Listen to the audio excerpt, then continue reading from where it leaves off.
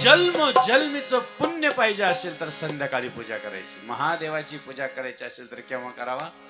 सायंकाळी प्रदोष काळात. सकाळी एवढं महत्व नाही, दुपारी एवढं महत्व नाही, पण संध्याकाळी 6 ते 7 याला प्रदोष काळ म्हणतात. भगवान शिव आणि पार्वती आपल्या दारात येऊन बसलेले असते, म्हणून दरवाजे उघडा. नंतर दरवाजा आपण बंद करतो आणि कुशाल फिरायला जातो. संध्याकाळी देवा लागलेला पाहिजे.